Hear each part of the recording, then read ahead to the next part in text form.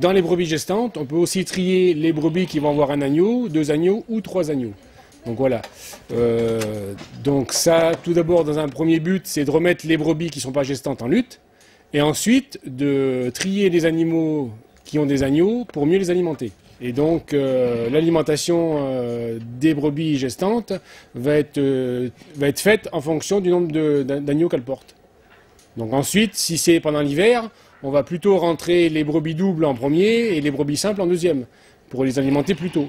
Donc il y a aussi un but de prévision de trésorerie, parce que, en fin de compte, si vos brebis sont pleines, vous savez que entre 3 et 4 mois après la mise bas, vous allez avoir des ventes. Donc si vos brebis sont pleines, vous aurez des ventes. Si vos brebis sont vides, vous n'aurez pas de ventes. Donc ça, c'est pour prévoir de la trésorerie. Et c'est aussi un moyen de mieux optimiser l'utilisation de ces bâtiments. Donc sur des luttes naturelles, si on veut intervenir après le retrait des béliers, il ne faut pas intervenir avant 40-45 jours après le retrait des béliers pour avoir une fiabilité correcte. Si on intervient avant 45 jours, on peut voir si les brebis sont gestantes. Par contre, on ne voit pas si le fœtus est vivant ou pas. Donc tous les ans, je réalise à peu près 25 000 échographies sur brebis.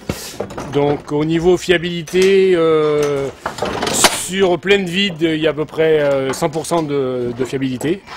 Au niveau des dénombrements de fœtus, entre les simples et les multiples, on tourne à 95-98% de fiabilité. 8432.